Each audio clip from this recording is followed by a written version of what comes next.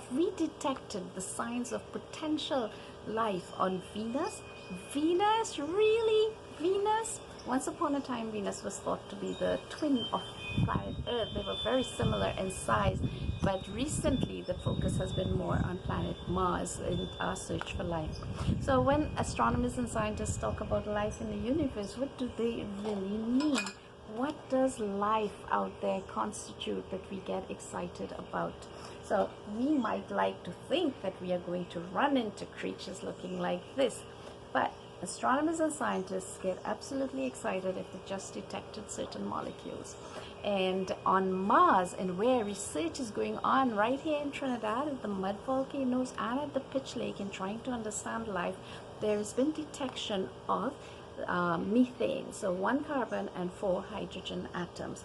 But on Venus, what scientists recently found is what's known as phosphine. So 1 phosphorus and 3 hydrogen atoms. Now, what is the big deal with methane and phosphine?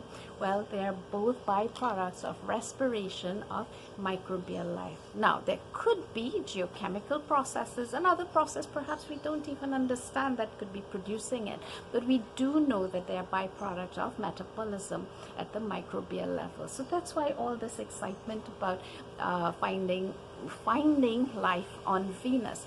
Now, for decades we didn't pay much attention because the condition on Venus is hellish. Forget that it's called the goddess of love. The temperatures on the surface are hundreds of degrees. The pressures are so intense that nothing landing on its surface survives for very long at all.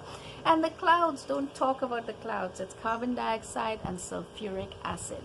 So the light from the sun and the sulfuric acid conditions around it would destroy any phosphine that is there. So the fact that they've detected it in the amounts that they have means that perhaps something is causing it to be replenished. What is that thing, right? And now, while we did not focus much on Venus in recent times, decades ago, over 50 years ago, Carl Sagan did suggest the possibility that there could be microbial life on the clouds of Venus. So why the clouds? Those hellish conditions are on the surface, but as you go up almost 50 kilometers up, the temperatures and the pressures are almost similar to planet Earth. So who knows, even though there's absence of oxygen there could be microbial life that operates at a different level. So who knows, years from now we may not just be talking about our favorite Martian, but rather our favorite Venusian.